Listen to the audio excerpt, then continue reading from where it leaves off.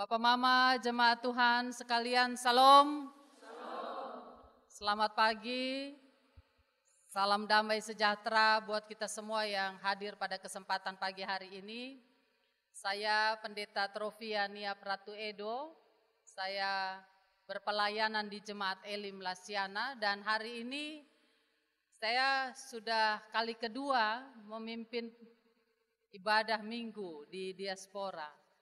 Tapi yang pertama itu ketika saya berpelayanan di Amarasi Timur. Kalau misalnya ada yang masih ingat, kami cari dana, saya pernah pimpin di sini.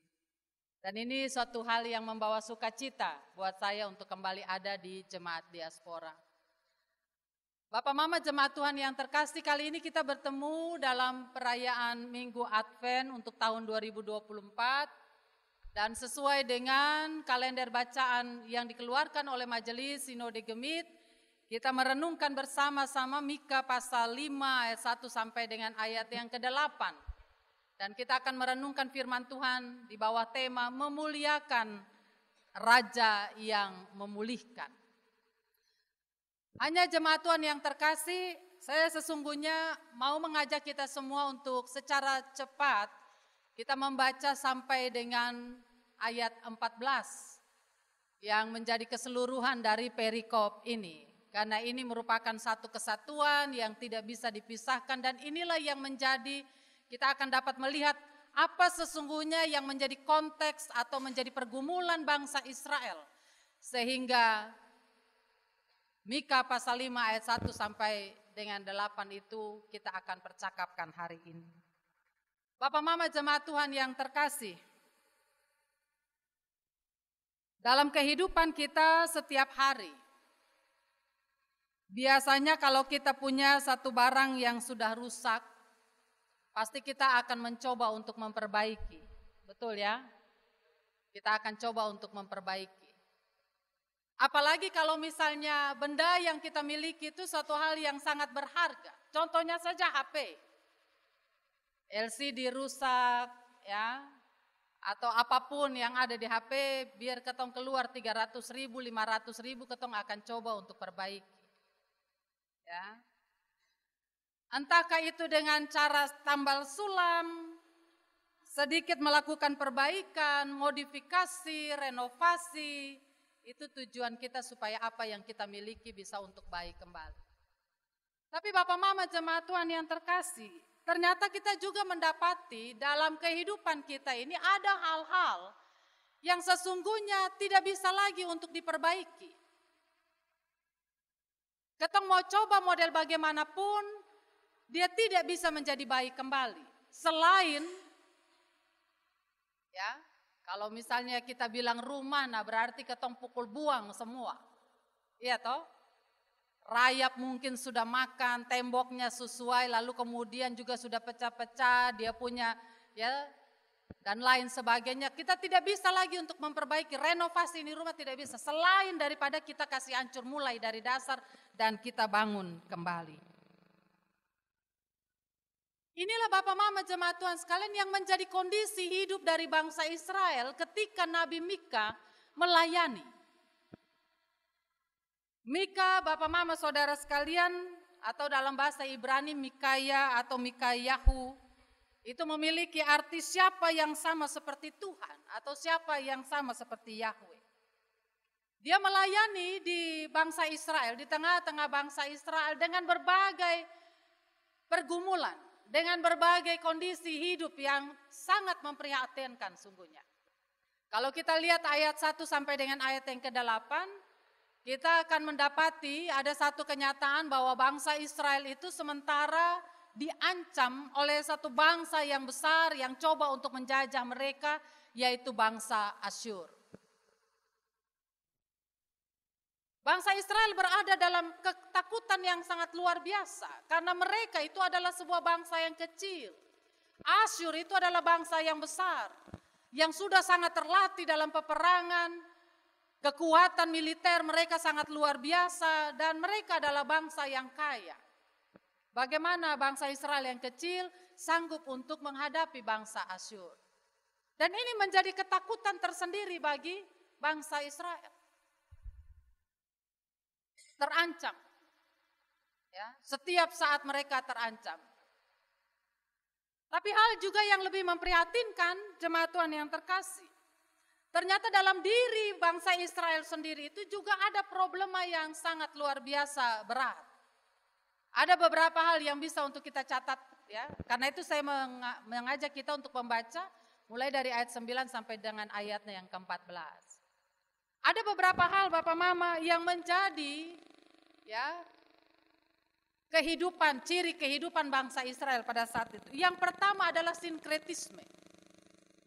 Sinkretisme itu Bapak Mama adalah percampuran kehidupan beriman yang sesungguhnya itu tidak dikehendaki oleh Allah. Kalau di dalam hukum Taurat dikatakan jangan ada ilah lain di hadapanku, jangan membuat bagimu patung yang menyerupai apapun, maka dalam kehidupan bangsa Israel mereka melakukan itu. Mereka mengkhianati Tuhan. Mereka membuat patung-patung menyembah berhala sebagai bentuk dari adaptasi kehidupan mereka dengan bangsa-bangsa lain. Dan ini dipandang sebagai sebuah kekejian di hadapan Tuhan. Tuhan tidak mau untuk diduakan. Kita manusia saja diduakan sonde mau ya. Apalagi Tuhan. Bangsa Israel melakukan itu. Yang kedua Bapak Mama jemaat Tuhan. Masalah ekonomi dan sosial dalam kehidupan bangsa Israel. Ancaman itu bukan hanya datang dari bangsa Asyur. Suatu bangsa yang besar itu. Tetapi juga para pemimpin. Pemimpin penguasa bangsa Israel pada saat itu mereka juga melakukan hal yang lalim. Hal yang jahat kepada umat mereka. Di mana mereka merampas tanah, rumah, ladang milik umat atau masyarakat. Banyak pejabat-pejabat tinggi yang karena kepentingan pribadi, karena ingin cepat kaya, mereka kemudian mempergunakan jabatan dan kedudukan untuk kesejahteraan diri sendiri dan bukan untuk kesejahteraan orang banyak. Banyak pemimpin-pemimpin bangsa Israel pada saat itu yang mereka hidup nyaman, senang, tetapi di atas penderitaan umat Israel. Bahkan mereka, Bapak Mama jemaat Tuhan, tidak segan-segan untuk melegalkan kekerasan.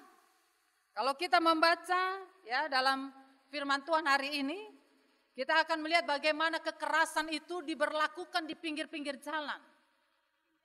Di muka umum. Perampasan, tipu daya, korupsi menjadi sesuatu yang mereka anggap biasa.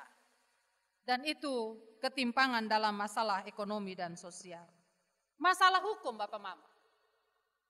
Keadilan diperjualbelikan.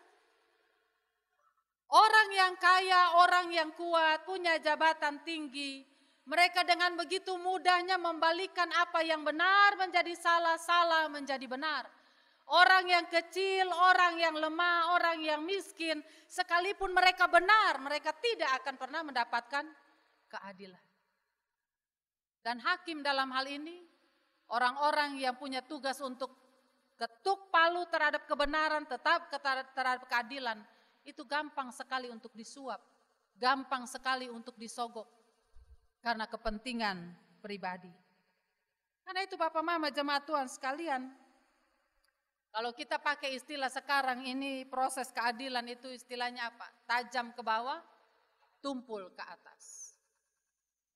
Jadi hukum itu diterapkan dengan begitu hebat, ya, keras kepada masyarakat biasa, masyarakat kecil, tetapi kepada pemimpin-pemimpin, ya, itu bersifat lunak, bahkan diputar balikan.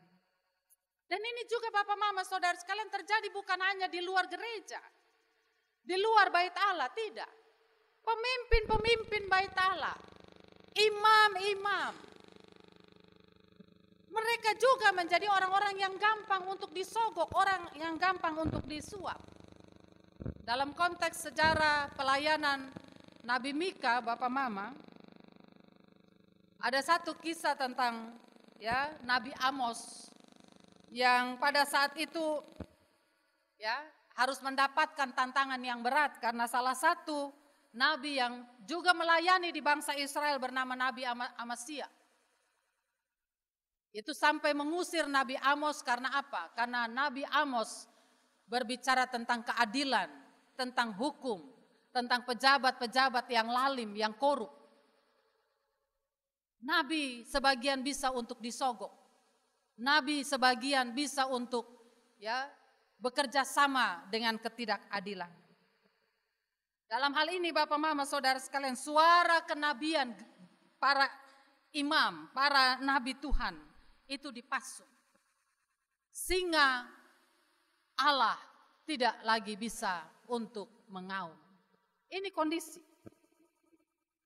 Karena itu Bapak Mama jemaat Tuhan, dalam hal ini Nabi Mika kemudian hadir dalam kehidupan bangsa Israel. Dia memberitakan, menubuatkan tentang kedatangan Mesias yang kita percayai ada dalam diri Tuhan Yesus Kristus, tergenapi dalam diri Tuhan Yesus Kristus. Dan ini menjadi bagian dari pembacaan firman Tuhan hari ini, di mana Nabi Mika memberitakan bahwa Mesias, utusan Allah itu, orang yang diurapi oleh Allah itu akan datang. Dan dia akan datang untuk memulihkan keadaan bangsa Israel. Dia akan memanggil, menghimpun orang-orang yang masih setia di dalam kebenaran, hidup di dalam kebaikan, hidup di dalam iman. Yang itu disebut sebagai sisa-sisa Israel. Mesias akan datang mengumpulkan. Dan kemudian Bapak Mama jemaat Tuhan sekalian, dia akan menyatakan apa yang menjadi karya pemulihan Allah dalam kehidupan bangsa Israel. Apa bentuk pemulihan dari Mesias? Karya pemulihan dari Mesias ini.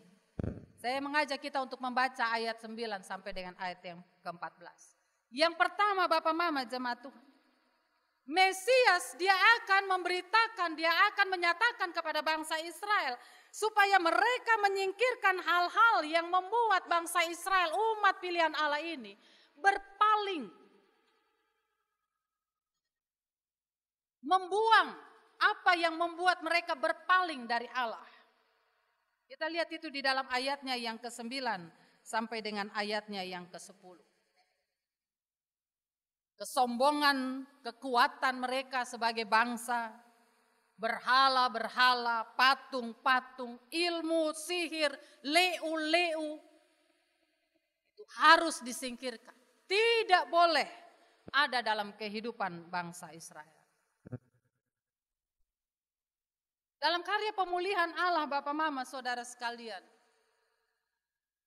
bangsa Israel harus menjadi bangsa yang bersih, bangsa yang murni, bangsa yang hanya menatap dan mengarahkan pandangan imannya kepada Allah yang satu itu. Dan karena itu hal-hal yang lain yang membuat mereka berpaling dari Allah itu harus disingkirkan.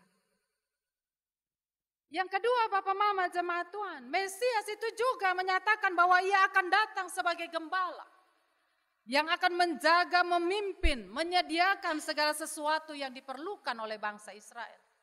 Dia akan hadir sebagai yang melindungi, berperang bagi bangsa Israel. Dia akan melakukan segala sesuatu sehingga bangsa Israel hidupnya dipulihkan dari berbagai segi. Entahkah itu ekonomi, politik, sosial, hukum, semuanya itu akan dirubah.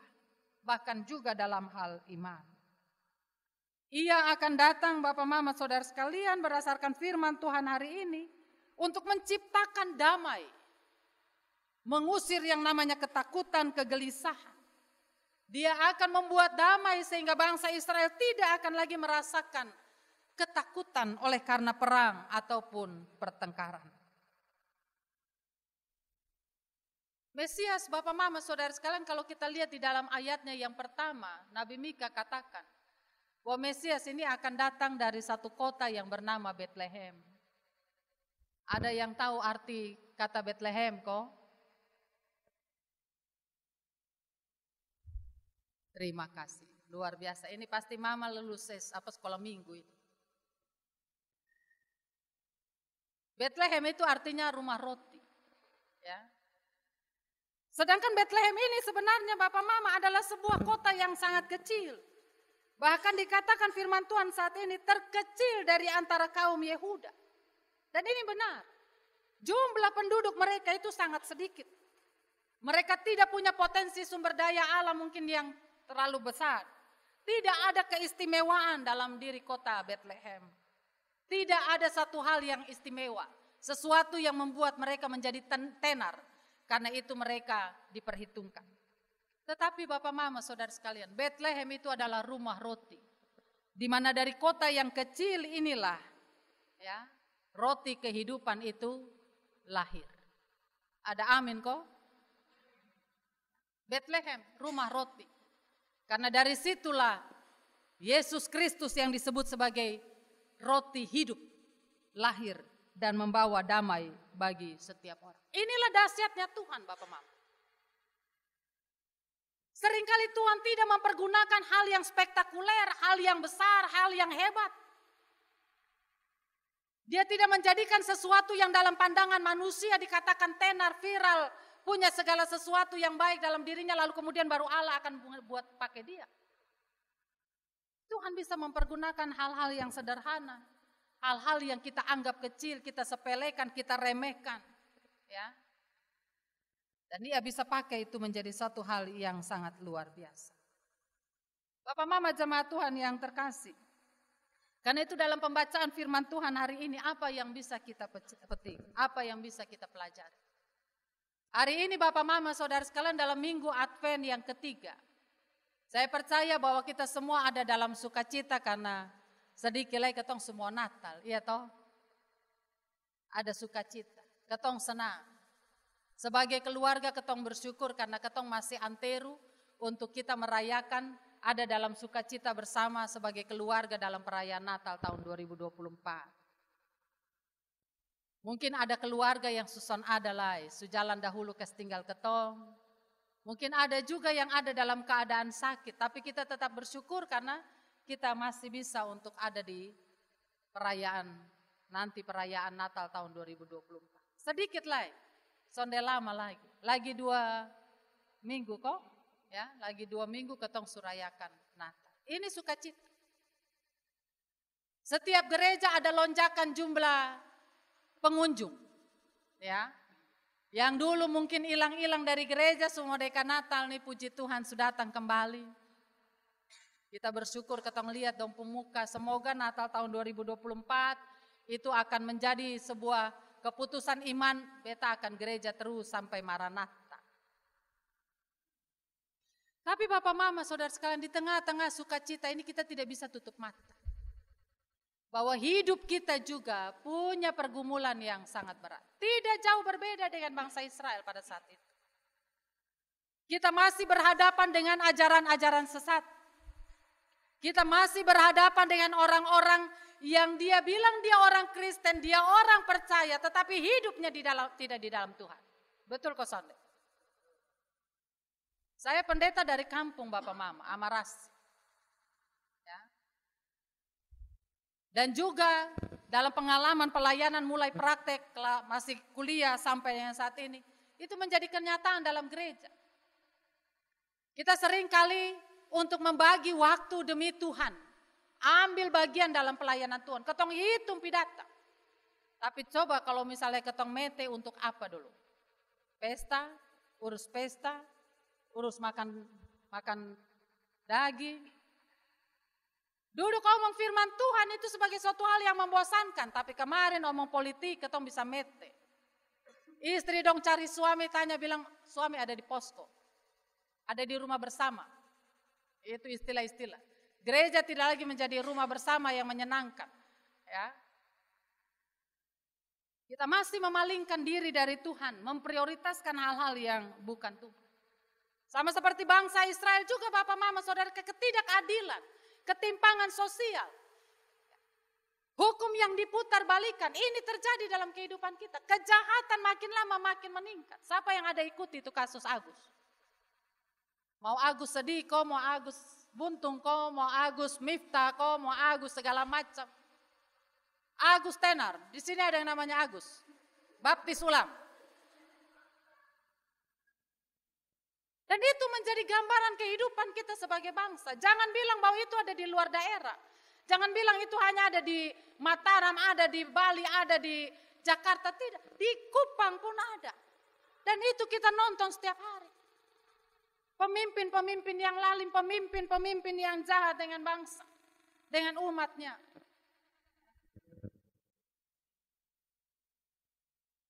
Bapak Mama jemaat Tuhan sekalian, karena itu dalam pembacaan firman Tuhan hari ini, kita boleh belajar bahwa sesungguhnya kita tidak bisa untuk selama-lamanya dan tidak bisa untuk secara mendasar kita menggantungkan hidup kita kepada manusia, tetapi hanya kepada Allah. Firman Tuhan hari ini berbicara kepada kita, mengajak kita untuk ada dalam sebuah pemahaman. Kuatkan iman kita, tetaplah percaya bahwa Yesus Kristus adalah Mesias. Dia adalah penyelamat, penebus kehidupan kita. Satu-satunya, tidak ada yang lain, hanya Tuhan. Keselamatan hanya ada pada Yesus Kristus. Dan dialah Bapak Mama, saudara sekalian, sandaran kita. Bapak Mama yang dengar ini mungkin ada sebagian bilang, Ibu Pendeta terlalu klise. Setiap ketong datang gereja omong tentang Tuhan Yesus sebagai sandaran kehidupan kita. Soalnya ada tema yang lain. Ya. Kita omong ini Bapak Mama ulang-ulang. Kadang-kadang kita pendeta juga bisa bosan juga. Ya. Tapi ini sesuatu yang harus diserukan. Sesuatu yang harus disampaikan. Karena kita sebagai orang yang percaya seringkali tidak lagi memiliki satu prinsip ini di dalam kehidupan. Menitik beratkan kepada kerja, harta, kekayaan. Dapat masalah kita lebih pentingkan, lebih dahulukan kita punya kepintaran, hikmat sebagai manusia. Kekuatan kita sebagai keluarga, nama besar, jabatan dan lain sebagainya. Itu kenyataan. Kita tidak menjadikan Tuhan sebagai yang utama dalam hidup. Saya kemarin Bapak Mama saudara sekalian nonton satu video tentang Natal di satu gereja di Jakarta. Itu ada seorang Habib namanya Habib Sen Assegaf. Mungkin ada yang pernah nonton juga ini video. Saya ini termasuk pendeta yang juga eksis di medsos ya. Dan nanti nonton TikToknya Ibu Pendeta. Oreo 95, tolong subscribe. Oreo itu bukannya yang putar, jilat, celup, itu bukan. Trofia Opi Ratu Edo jadi Oreo. Nah. Jadi ini Habib ini Bapak Mama luar biasa. Dia datang ke Natal gereja itu, kemudian dia mengutip beberapa ayat di dalam Al-Quran. Dia memberi suatu kesaksian bahwa di dalam Al-Quran itu juga berbicara tentang kedatangan Mesias, dalam hal ini Yesus Kristus. Catatan sejarahnya sama. Dia datang lahir dari seorang perempuan yang bernama Maria. Penggunaan bahasa yang sama, yang berbeda. Tapi intinya adalah sama. Dan dia mengatakan satu pernyataan begini Bapak Mama. Karena itu Natal, merayakan Natal itu bukan hanya kewajiban orang-orang Nasrani. Tetapi juga kehidupan semua agama, dalam hal ini Muslim. Karena pengakuan iman tentang Yesus Kristus sebagai Mesias itu bukan hanya milik orang Nasrani. Tetapi juga agama-agama lain. Kalau misalnya orang Muslim saja, orang agama lain saja mengaku Yesus Kristus sebagai Mesias, penyelamat dalam hidup kita, apalagi kita sebagai orang percaya. Coba yang masih percaya Tuhan Yesus angkat tangan. Nah, ada yang ragu-ragu, yang di depan, Mama, ragu-ragu kok. Harus ya Bapak Mama, harus menjadi sebuah pengakuan kita. Yang kedua, kita mensyukuri tindakan Allah di dalam Kristus Yesus itu. Karena tindakan Allah di dalam Kristus Yesus, karya pemulihannya itu adalah sesuatu yang ajaib, dahsyat, dan luar biasa. Tidak ada yang bisa menandingi. Saya katakan tadi Bapak Mama, kita mau pakai apa? Apa yang menjadi kekuatan kita dalam dunia ini untuk merubah sistem, merubah kondisi hidup kita? Ya. Mau bicara tentang ketidakadilan, ketimpangan hukum di dalam bangsa ini.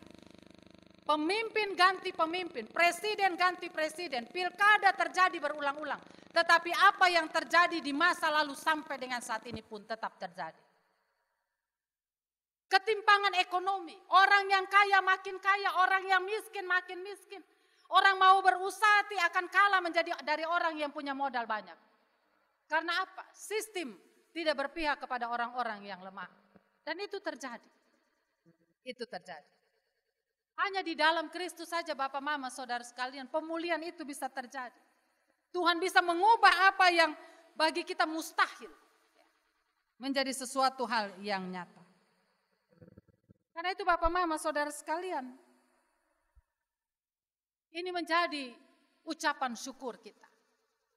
Menjadi ucapan syukur kita. Kejahatan yang makin lama makin tinggi, makin kompleks, dan cara untuk melakukan kejahatan itu juga makin tidak masuk dalam nalar. Sama seperti kasus Agus Buntung itu ya. Sampai dengan saat ini pasti ada yang masih tidak bisa terima. Bagaimana mungkin orang yang disabilitas, tidak punya tangan, tapi bisa untuk melakukan kekerasan seksual. Ya, bahkan bukan hanya 1, 2, sampai 13. Ini sesuatu yang tidak masuk. Yang ketiga Bapak Mama Saudara sekalian, pembacaan firman Tuhan hari ini juga mengarahkan kepada kita. Bahwa kita sebagai orang-orang percaya juga harus berlaku hidup sebagaimana Kristus hidup dalam hidupnya. Kita melakukan apa yang Ia lakukan. Saya mengangkat tema pelayanan tahun 2024-2027 Bapak Mama Saudara sekalian. Lakukan keadilan, cintai kesetiaan dan hidup rendah hati di hadapan Allah. Ini yang harus kita lakukan dalam kehidupan kita. Allah sangat mengasihi, memuliakan dan menghormati orang yang melakukan keadilan, mencintai kesetiaan dan hidup rendah hati. Karena inilah yang dibutuhkan pada masa sekarang. Orang Kristen harus menjadi orang yang adil. Jangan karena dia punya kedudukan, harta, kekayaan, keluarga yang sangat banyak, dia bisa melakukan hal yang tidak semestinya. Ada kasus lagi. Dokter Koas.